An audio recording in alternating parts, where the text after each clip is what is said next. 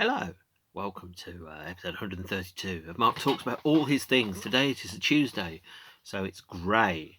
And today I am going to be talking about The Cure's 12th, 13th album. I don't know exactly how many albums they've done at this point. 1992's Wish. Widely regarded as the last classic album that the band made by snobs and purists. And at the time, it wasn't particularly well received. The album is Wish, released in April 1992. Here's a vinyl edition, which is now 29 years old, and which means that album has been in my life for more years than it hasn't. It makes me feel quite old.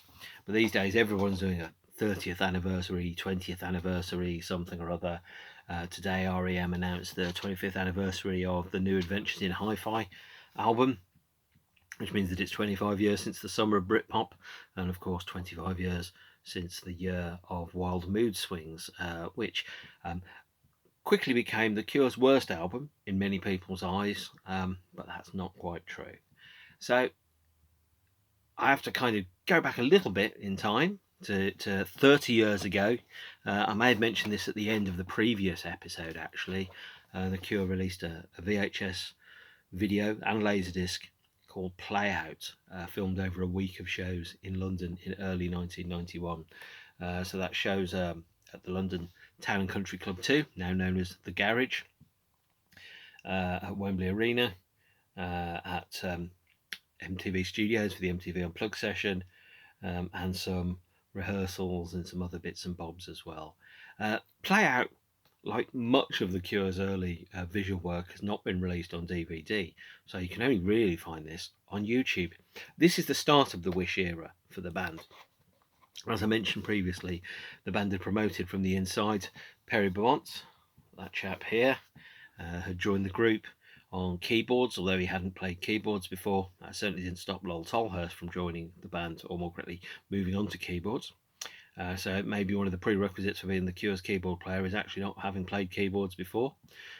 Perry, I think, was better at guitar, which comes out in the Wish album. Play Out was the first of the fruits of that. It features the first 4 post-disintegration songs, being The Big Hand, Wendy Time, Away, which later got retitled as Cut, and A Letter To Elise, which is the last single released by this lineup of the band. This VHS tape was a nice way of sidestepping the huge weight of expectations that sat upon the Cure in late 1991. The expectations were that the band had made this amazing album, Disintegration. Yes, we all know it's brilliant. But what are they going to do next? How are they going to follow it up? Well, obviously, they followed it up with Mixed Up, a remix album that managed to dodge the question entirely, and then followed it up with some more new songs, which were only available in concert form on a VHS. So I played this tape until it ran clear, pretty much. I haven't actually opened this for a long time, but unlike a lot of VHS tapes, I was be kind. I did rewind all the way back to the beginning, although I've got no VHS player to play it on. I don't quite know why I did that, force of habit. But Play Out was an essential part of my Cure discography in 1991, and I was listening to the songs that were on there, and I was imagining, what's the album going to be like? Because it didn't sound like the concentrated slab of misery that was Disintegration. It didn't sound like anything else at all. Well, all of our prayers, well, some of our prayers, in fact, none of our prayers were answered with the release of a single in, I think, March 1992. The single was called High, the album Wish, and it was everything that people weren't necessarily expecting. High was, putting it technically, formatted a lot. BPI chart rules in the UK made it so that you could release a single in a multitude of formats, a multitude of different types with a multitude of different track listings. CD singles could be up to 40 minutes or 8 tracks of remixes of the same song, or it could be 4 separate songs. Effectively, it could be an EP running no more than 25 minutes, and there could be no more than, I think, 3 or 4 formats released in any one week. Now, obviously, I mentioned Depeche Mode took this this fallacy to really ludicrous extremes by releasing 3 different sets of remixes on 3 different sets of weeks in order to get it in the charts for 3 weeks running, knowing that all their fans would go and buy it on the day that it came out. The Cure weren't quite so cynical. For High, the first single, we had a CD, a 12-inch, a 7-inch and a cassette, and we also had a remix 12-inch that was issued a week later. Let's open the CD single. So this CD single was a CD single box set containing High. It's a CD's collector's box, including a B-sides lyric card, but also, as you will know from when I opened this box, which by the way I haven't opened for a number of years, is that it can contain all of the associated CD singles and CDs which came out in the period. It was a handy keep case box set that went with your album. There are a number of other albums that had very, very similar releases, such as REM's Out of Time. And here's the CD single of High. So let's have a look inside. First and foremost, let's see if it was manufactured by those shysters PDO. No, it wasn't. This one was mastered and, by Nimbus, and it features a lyric card with the lyrics to the B-sides on there. The B-sides being This Twilight Garden and Play, and then a lovely image there of what looks to be some kind of octopus, obviously following on from the Close to Me single as well. High is one of the great Cure singles.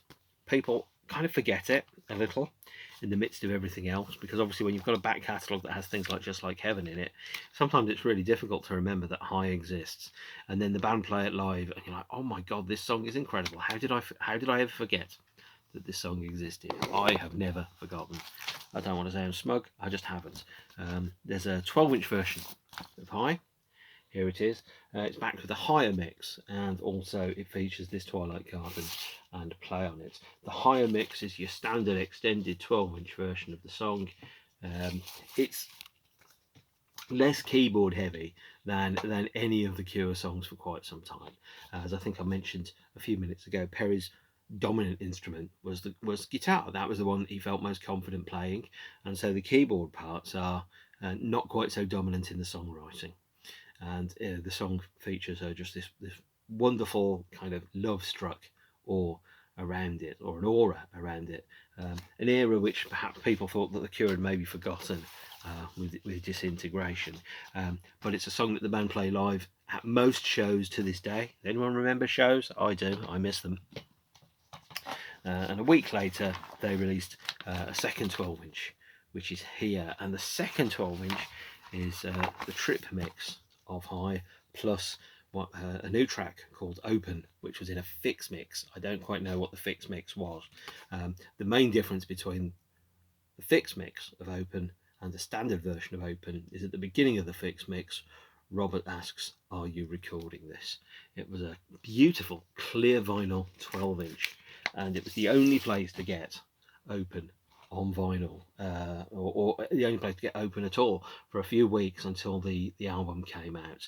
So me knowing that I wanted to hear a new Cure song, I decided what I was going to do, of course, was buy the 12-inch on clear vinyl. It's a beautiful thing. It really, really is. It's probably expensive these days. I'm not quite sure. And it comes in this very, very bizarre sleeve. Let's open this up here. So that looks pretty exciting. And then all of a sudden you lift this out and then you realise that, well, there's a transparent PVC sleeve and my face is poking out through the octopus and a sticker. It was numbered. I don't know how high the numbers go. My number is 1274. Presumably it was numbered to the amount of copies that they could sell to get it to stay in the charts for an extra week or two. And lo and behold, there's my copy of the 12-inch falling down on the floor. Luckily, it survived its trip. I played this 12-inch an awful lot. By the way, the trip mix of High is barely different in any way. It's basically your standard 7-inch mix with a couple of minor changes to it to make it perhaps a little bit more palatable to the charts. And there it is, really. That's your 12-inch of High. Now High was, I can't remember if it was a big hit.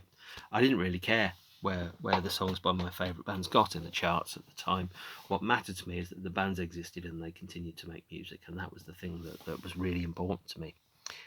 The next thing that we had coming a couple of weeks later was a tour announcement. So the band announced that they were going to be playing their largest UK tour in years. They were going to play about a week and a half, maybe 2 weeks at small venues. Well, small venues by Cure standards, 3,000-4,000 people. Nottingham Rock City, Edinburgh Playhouse, Oxford, probably Cambridge Corn Exchange, Kilburn National, those kind of places. Ostensibly, I think, as firstly a kind of a reminder to people that liked them that the Cure didn't just play arenas.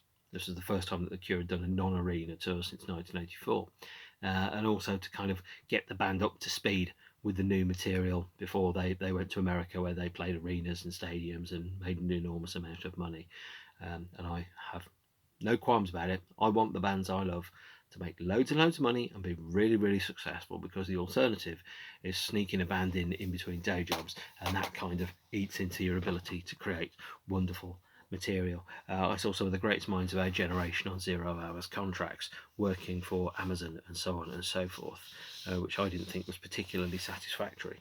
This here is the album Wish, the original vinyl edition from 1992, because there is no repressing yet of this, and when it comes out, inevitably it will be a record store day double picture disc, probably this time next year. Although really I hope that actually 2004's The Cure gets the double album picture disc release next year. This is pretty battered. This has been deep in my heart for about 30 years, this album. This is a loved copy. You know, if these grooves could talk, they would tell you filthy stories about who I used to be, the type of things that I did when I listened to it, which I probably shouldn't tell you. Don't tell anyone.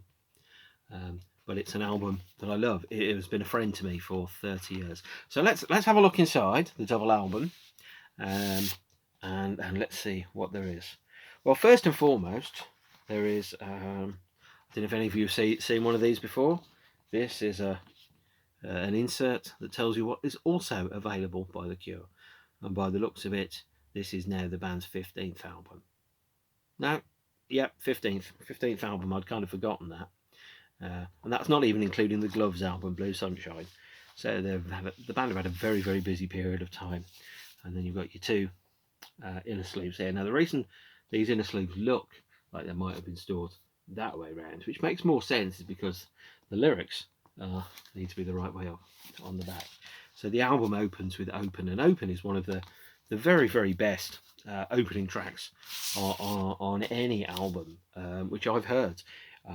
What a lot of people don't realise is that, you know, the bass is incredibly important in Cure albums. Part of the Cure sound comes from the interplay between Robert on guitars and Simon Gallup on bass. And Simon has a unique sound. He's very, very underrated as a bass player. And you listen to the bass lines of things like Open, Fascination Street, even songs like the live version of 10:15 Saturday Night, where it has a phased bass solo in it.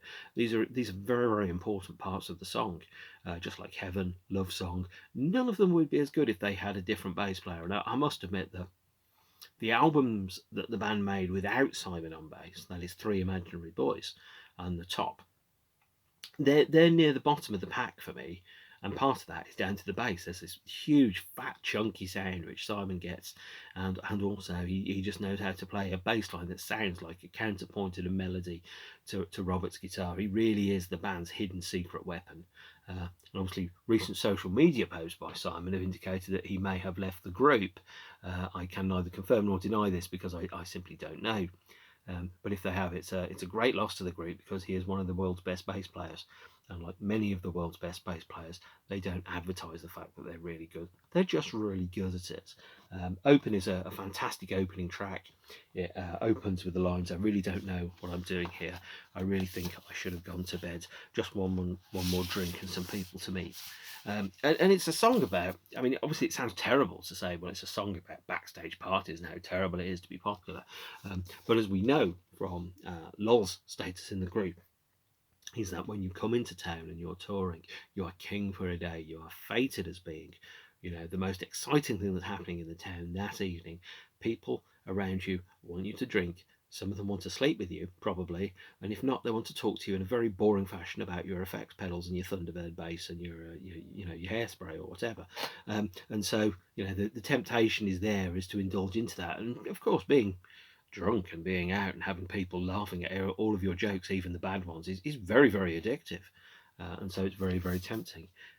But it sets off straight from the out that this is not Disintegration Part 2. This is a far wider, more diverse, more guitar-heavy album. I should point out that Wish is the only album of The Cure's which was recorded with a 3-guitar lineup of Robert, Paul and Perry on guitar. Other albums have been 2 guitars with a dominant keyboardist, that is to say somebody that doesn't play guitar as well as keyboards, whereas whilst Perry was in the group you could move between a 3-guitar or 2 keyboard lineup depending upon what the song required at any given point in time. And it is reflected in the sound of the band, and it's also their influences are reflected. So some of the bands which Robert was listening to at the time, Chapter House, for example, Slow Dive, bands that are kind of described as shoegaze, but also bands that are also influenced by The Cure, Cocteau Twins, acts like that, My Bloody Valentine, for example. My Bloody Valentine, Cocteau Twins, Slow Dive, Chapter House. These were all bands, Lush even to an extent, were all bands that were starting to be an influence upon The Cure. And that is, they had like a big wave of chunky, almost sludgy guitars that kind of overrode everything else and created almost like a Phil Spector-esque wall of sound with guitar pedals. Not in a metal way, but more in a kind of abstract, less obvious, open chord, kind of freeform kind of fashion. It's all over this. You listen to the beginning of Open, songs like Cut, End, From the Edge of the Deep Green Sea. That influence is all there. Now, some people have criticised it, saying that The Cure are being influenced by the people that they've influenced or started to imitate the imitators. But what we've seen from the rest of The Cure's life is that Robert and the rest of the band seem to be open to constantly looking for and listening to and loving new bands and bringing new bands onto it. And then the idea is that when you start to become closed off to what's happening in popular culture, you may start to becoming to stagnate. Which is really, really important, is that The Cure have never stagnated. We may not always have liked everything that they've done, but they've never stagnated. They've never sat there and creatively and said, we'll do an album that sounds just like this. Well, with one exception that we will get to in due course. But it's a way of sidestepping the performance anxiety of Disintegration by just starting again with another completely different guitar-centric sound. You will notice there is a big hand on here. There is also a big hand on the cover to the album. Effectively, the earth as such being held in between 2 grasping hands. And that is partly inspired by the fact that I think Paul's favourite song during the recording was The Big Hand, although Robert felt that the song hadn't necessarily fully come together and it didn't go onto the album in the end. So we've got Open as a fantastic opening track for the album. We've got High as the next song, which is a bit of lightweight pop fluff, which, by the way, is one of The Cure's finest stock in trades, is lightweight pop fluff. And I remember when the reviews came out for Wish, I remember Melody Maker quoted the lines about "Let's Get Happy" in doing the Unstuck, and they were like aghast letters in, going, how dare The Cure have a song with the chorus "Let's Get Happy." And of course, what everyone that says things like that is, and there's a snobbishness around it. There's a snobbishness that said, well, actually, The Cure are my band. They exist in this box. They make these songs. These songs are miserable and they are slow, and it's music to slit your wrists to. Whereas actually, what you realise is, as a fully rounded band, The Cure need to have light to go with the shade. They need to have quiet to go with the loud, and they need to have airy to go with the heavy. All these things come together, and one without the other, it just becomes almost like a featureless mass of sound where the songs themselves almost become abstract and meaningless. It's you've got to have that, and you've got to remember when the band did 17 Seconds, Faith, Pornography, when they reached where they effectively wrote themselves into a corner of miserablism. And by the way, I love those albums. The thing that they did next was pop. Let's Go to Bed, The Walk, Love Cats, and then The Glove with Like an Animal and Punish Me with Kisses and The Caterpillar. They didn't do a glum song, a hit song, for a long time after that in terms of singles. Every album by The Cure has been almost a reaction to the album in front of it. Disintegration was a very dense, epic, long album full of keyboard heavy, long tracks that were, quite maudlin, and Wish is full of faster, heavier, quicker songs, shorter songs generally, not always, but shorter songs generally, that just kind of existed in a completely different space. So to me, Disintegration is an outlier in the band's work. Wish is more accurate as a sequel, actually, to Kiss Me, Kiss Me, Kiss Me, because Kiss Me, Kiss Me, Kiss Me is an album that has a number of different types and styles that sit within it, whereas Disintegration is one mood, and my God, it's a mood, and Wish is very, very different.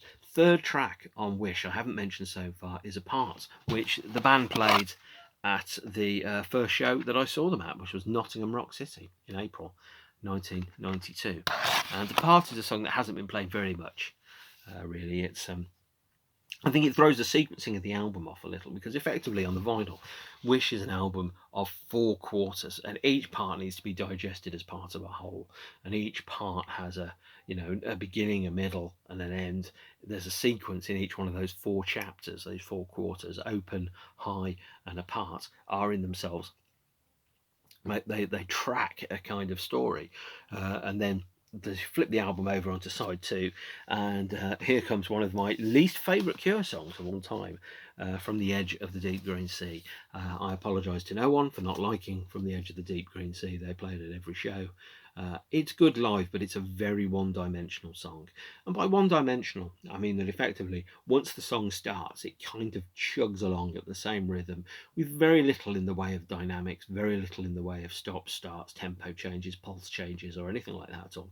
And the keyboard part is ridiculously simple. It's so simple, even I could play it, because it's one note played repetitively for 7.5 minutes. Ding, ding, ding, ding, ding, and it shouldn't be there. It's not an interesting part to play. It's almost as boring as the Chemical Brothers and Flaming Lips' Golden Path, actually, in terms of its musical contribution, that keyboard line. However, From the Edge of the Deep Green Sea has become a live classic for 2 reasons. Firstly, Paul, and then later Reeves's guitar parts are stunningly good. Pearl has never played guitar as well as he has on this album, not even on 413 Dream or the Prantom Page stuff. He's never played guitar as well as he has on Wish. And secondly, there's the bit where it says, put your hands in the air. And when I saw The Cure for the first time, which was on this tour, it hadn't yet become a thing, but it's now a thing. It's when they play From the Edge of the Deep Green Sea, and Robert sings, put your hands in the air, and the lights go on, and everybody puts their hands up, even me, because it's fun, and you gotta have fun. But From the Edge of the Deep Green Sea, again, another live classic. So of the songs which we've had so far, Open High and From the Edge of the Deep Green Sea are played with beautiful regularity when the band do shows. The next track is Wendy Time, which was, I think, previously on the Play Out video. And it's a good, fun, but it's a bit of a shallow pop song. But it's not meant to be anything more than that. It's the kind of stuff The Cure could do in their sleep. But what you need, as I said before, is light and shade in the album. And the last song on side 2 is Doing the Unstuck, which at one point was mooted to be a single.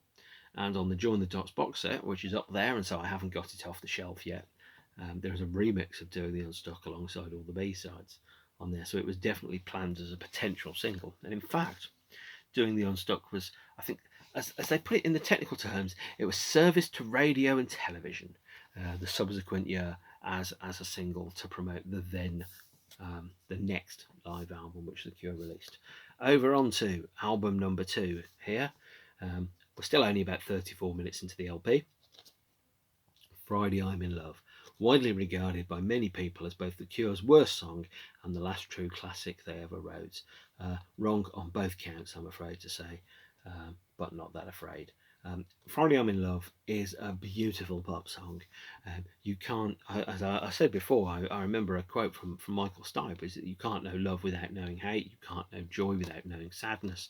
Friday I'm in Love is a song that is just one of these pure, beautiful pop songs which Robert Smith seems to be able to write in his sleep without even thinking about it. It's a beautiful, silly song that sounds exactly like what it is. If it was anything, it sounds like you're a puppy in the garden being chased by your owner, throwing a ball and having an amazing day in the sunshine doing so. It is quite literally happiness on vinyl. Um, and I know some people like their Cure miserable. I just like them. And Friday I'm in Love is a brilliant song. The next song is Trust, which doesn't get played live enough, I think. Trust is a wonderful song. I think Trust is has got more dimensions to it, more dynamics than Apart, because Apart is a almost like a Mogadon paste kind of monochrome song. Trust has more depth to it. It also has about 4 keyboards going at the same time. When I saw Trust played live by the Wild Mood Swings era of the band, there were 2 keyboard players playing the parts. Um, Later on, when I saw the band in 2012 and they played Trust, Roger was playing it all with both hands. But it's a lovely, great song that doesn't get enough love. Song 9, A Letter to Elise. This was the 3rd single off the album, and I wasn't blown away by A Letter to Elise because, firstly, I've never seen them play it live. It's a Cure song that I think they've played the most that I've not seen. And secondly, it doesn't sound like a single. It sounds like a really, really good song, but it doesn't sound like a single to me. And this being the last single from the album, A Letter to Elise, I think, kind of stumbled a bit because it was the last single from the album. It didn't have that same kind of effortless popness to it that Friday I'm in Love or High had to it. We go to side 4, and then there's Cut, previously known as Away, To Wish Impossible Things, and End. Cut is a monster. It's like 3 guitars, breakneck pace. It's some kind of song about just having had enough of something, almost like a spiritual successor to Shiver and Shake in some respects. But it's about the end of something, and about really having had enough. And there's lots of brilliant guitar by Pearl here. There's also the To Wish Impossible Things, which is the kind of song that The Cure could do very, very easily. Some sad, epic thing. But having seen them play it live in 1992, I unlocked. There are depths in that song which it never really came out with on the record. I think the live version of To Wish Impossible Things is much, much better.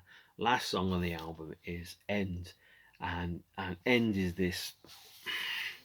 It's not ungrateful as a song, End, but what it is that it's kind of, you know, this is the album where Robert Smith starts to address quite clearly fame and celebrity and the gap between who he is and who people think that they are. And so End is like, you know, I think I've reached the point where giving up and going on are both the same dead end to me. And I've reached the point where all the things you have to say and hopes for something more from me are just games to pass the time away. Please stop loving me. I am none of those things. It's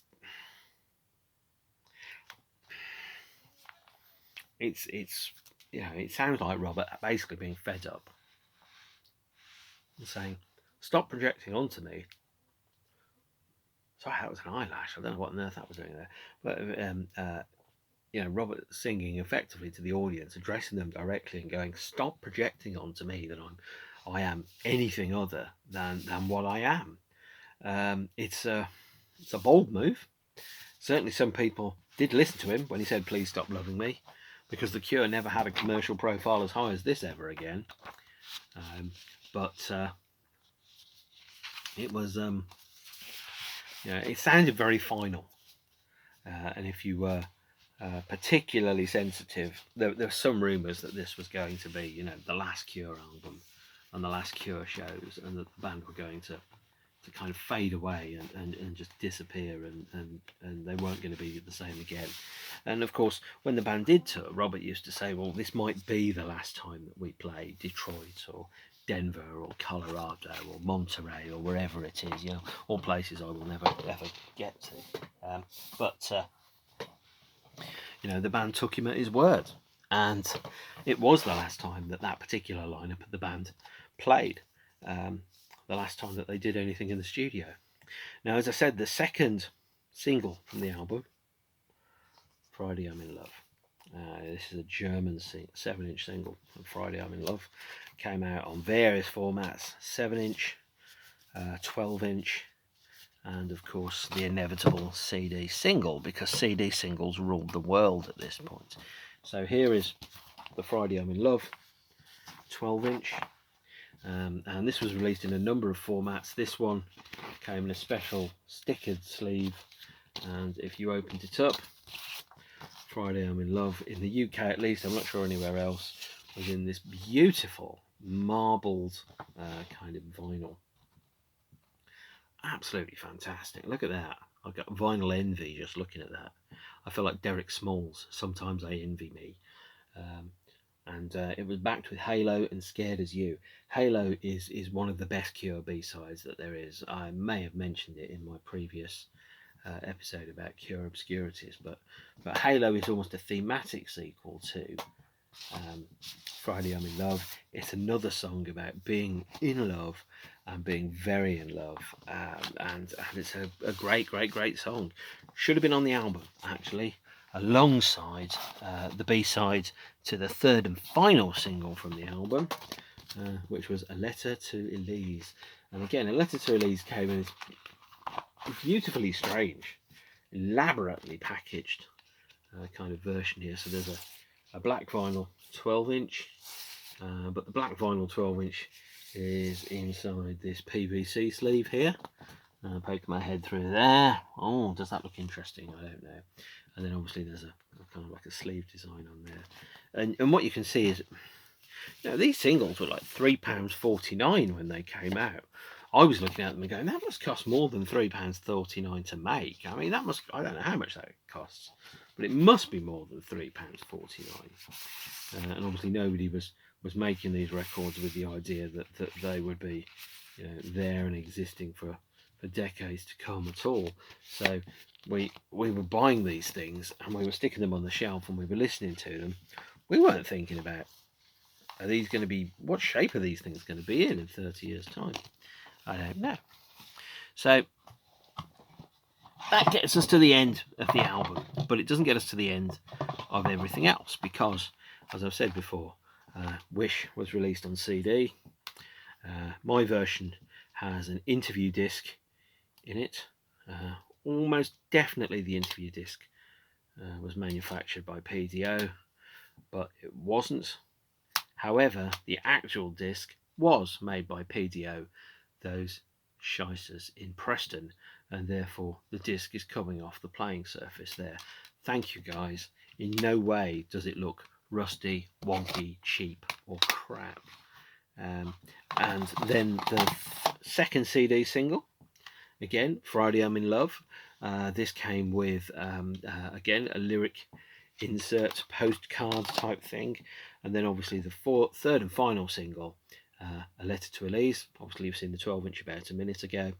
That comes with the big hand and a foolish arrangement and a remix of A Letter to Elise. Now the big hand is a fantastic Cure song. I wish it had been on the album. I can't find a place for it to sit on the album at all. I absolutely can't. So the big hand and Halo really should have been on Wish and would have made it this incredible, epic 14-song album.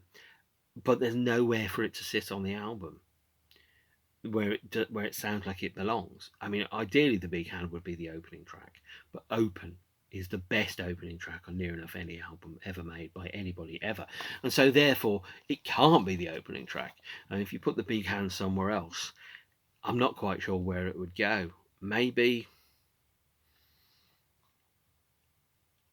God, maybe just before Friday I'm in Love, start of side 3. I don't know. But then it would break the run of great pop songs that you've got with Wendy Time doing the Unstuck, Friday I'm in Love. So maybe actually after Trust. Anyway, this is a fantastic CD box that came with the single of High and the various versions that came with that. So the band went on tour, and they played, as I said before, a number of small shows in the UK to start off with. I first saw them at Nottingham Rock City on the 27th of April 1992, which was later released on this bootleg CD, A Wish Comes True. And it was I don't remember much about it now because it was 29 years ago. What I do remember is that the queue was huge. The tickets were £10. I remember I got on the first train to go to Nottingham, and then got into the queue. And the queue was very, very long, but I managed to get a ticket. The strange thing is, a lot of my friends had gone clubbing in Nottingham, came out at 2 o'clock, got fish and chips and, Buzz Cola, which before the days before Red Bull was a thing, and then sat in the queue and the entrance hall to the venue until 9 o'clock when the tickets went on sale. So, whereas I got up first thing, got the first train to Nottingham, got in the queue, got a ticket, £10 well spent. First time I saw the Cure.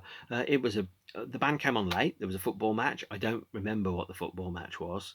I still live in a world where football doesn't really exist, so I'm always getting confused when football things happen. I'm just like, what? There's a thing called football?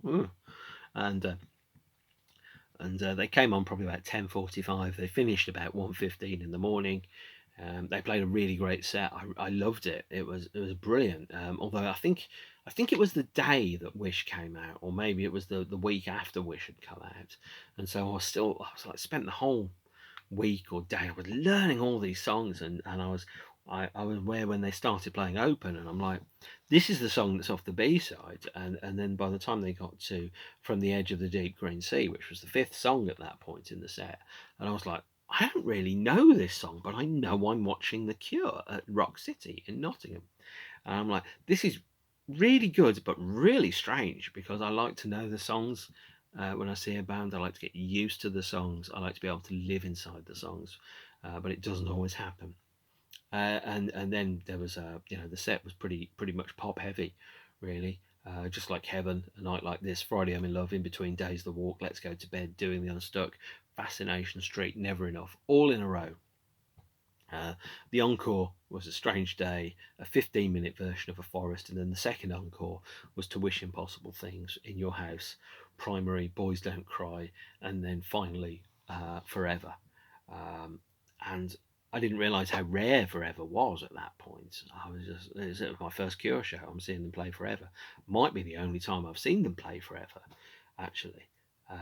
But I remember Primary was incredibly loud, and Boys Don't Cry was just nuts. Everyone was jumping around and singing and everything. And I remember very little about it now, which probably means that it was a very good gig, because the cliche is, if you can remember it, you weren't there. So the tour, here's the tour program from the winter part of the leg, which doesn't specify the dates. Was kind of just went on, really, and they played arenas in the US and stadiums and things like that. They had the standard band questionnaires. Simon, by the way, would like you to know that one of his favourite bands is Us, and then in brackets he went, My Big Head. So I guess he must be talking about The Cure as one of his favourite bands. And then there's some production rehearsals here. Again, Paul / Pearl putting. He has the strangest music taste. Incredible string band, Captain Beefheart, and Led Zeppelin. Everyone else, including Boris, are saying things like Cocteau Twins, Nirvana, and so on and so forth. And there you are. But I bought this after the tour because I was living on a budget at the time. The Wish tour is very well represented in terms of both live releases and bootleg releases. This is a bootleg CD of the band at the Kilburn National in 1992 that was broadcast on XFM. This, by the way, if you're going to get one bootleg from the Wish tour, this is the one to get if you can find it. It's a mixing desk radio broadcast of an early show off the entire tour with all the encores in there. It really is great. This one, Bite the Big Apple, not so good. Audience recording of a show on the American Arena level. And then in 1993 came the release of the band's second official live album and second official live film, Show. I don't have Show on vinyl because I don't. It was released at the cinemas. Hence, here's a cinema playbill for it to tell you that it's now available to see, and you can get a ticket when you buy a free Cure CD from HMV. And also there was a poster. This came with Select magazine, I believe, for Show, which folded out. On the other side, the marvellous One Dove, one of the finest bands from Scotland, by the way.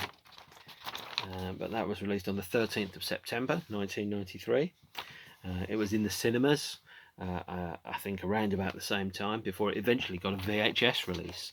And there's a VHS. Not been released on DVD, although it is on YouTube. I think Show is a really great live album. The problem with Show is that it's 2 CDs, it's 90 minutes. It's missing all the tracks that are on the encore on the VHS, which is To Wish Impossible Things, Primary, Boys Don't Cry, Why Can't I Be You in a Forest. It's also missing the second encore, which is all the miserable songs like In Your House and The Figurehead, which I don't think was played at the show, but very similar songs. However, this was bastardized even further by being given a 1 CD release in America and a subsequent single. The single was called Sideshow, which features Just Like Heaven, Fascination Street, The Walk, and Let's Go to Bed, which tells you that 3 of the big hits on Show are not on the American CD. So Fascination Street, The Walk, and Let's Go to Bed were taken off, and so I think that didn't help at all. Confused yet? Oh, you will be, because the next thing that happens is the release a few weeks later of the Paris Live CD, which is all the extra tracks and leftovers that their band played over 3 shows in Paris. The 3 shows in Paris being recorded as backups in case the show that was on Show didn't quite work. And they took all the unusual songs from the sets over the 3 nights at Paris and put them onto here. So Paris is almost like a set of live B-sides for singles that you never ever got. So it's things like live versions of Figurehead, 100 Years, At Night, Apart, In Your House, Dressing Up. And it doesn't sound quite like a live album, it sounds like a compilation. So really, Show should have been 2 CDs, and this should have been 2 CDs as well. But that's not necessarily how it happened. There was a promotional single of Doing the Unstuck, which went with the live album. And then also in 1994 came the release of this little beauty, a mail order only cassette called Lost Wishes. And Lost Wishes was 4 instrumental tracks recorded during the Wish sessions that the band didn't finish, that were later sold on cassette. You could get it by mail order from Fiction Records. And all the benefits, all the profits went to the Portsmouth Down Syndrome Trust. I ordered this, my copy got stolen in the post. I wrote to them again, they sent me 2 free copies of this, of which one I gave to my brother, one I have kept for the past 27 years. I have not played this for a very, very long time indeed. It really, really does need to be reissued. I hope it gets a Record Store Day vinyl edition, actually, Lost Wishes, because otherwise the songs have only ever been released on this 4-track cassette. Probably sells for a lot of money now. And then the band kind of ended up the period with one final show at Finsbury Park, London's Finsbury Park, on the 13th of June 1993. Paul had left the group at this point, although I wasn't connected in any way to the rumours. I had no idea that Paul wasn't in the group until about a week before, when the band made the announcement that Paul had left The Cure. And then 2 songs from it were released on this album, Great Xpectations. Now, I haven't looked at this cover for a long time. I just need to check where I am. There I am. I'm on the cover of the album. That's me. And then I think next to me is my then girlfriend, who I think is just hidden behind someone's face. Sorry, Joe. But I was really pleased when I saw my face on the cover of an album that The Cure were on. I was like, I couldn't believe it. Of course, I had to go and buy it, didn't I? Which, of course, because it was a record of a show that I was at, it was also on CD. That brings the Wish period to a close. Incredible period, actually, to be a fan. Those live shows were brilliant. The band were really playing their hearts out at that point. There was no such day as just another day at the office, at least not on any of the shows that I went to, which wasn't that many, and none of the shows that I've heard. I wish Play out, and I do wish Show had got a proper DVD and Blu-ray release. I saw Show at the cinema, so it was definitely filmed on film. And in fact, the version of it that showed at the cinema had an extra section at the end where it showed the band walking off stage at the end of the night, which isn't on the other VHS release. Nonetheless, that's where it goes. I'm a huge fan of this period of The Cure. If you aren't, it really is your loss. I think the band were on all power, full form at this period in time, and we're really lucky to have got the album, the 2 live albums, and the live VHS as well, because otherwise people would be talking about the Wish tour with the same kind of reverence that they talk about the Disintegration tour. It was a wonderful time to be a fan. I'm basically a lucky bastard, but only by virtue of my own age, and therefore I will wrap up here. Lovely to have a chat. Stay in touch. I will put links down below to Show, Play Out, anything else I can think of that's on there. Put a comment in. Also a shout out to everyone that voted for me on Twitter. I gave you some choices. You chose Wish, and like a good old Cylon, by your command, there I am. Right, I'm going to stop now. Thank you, and see you all again soon. Bye.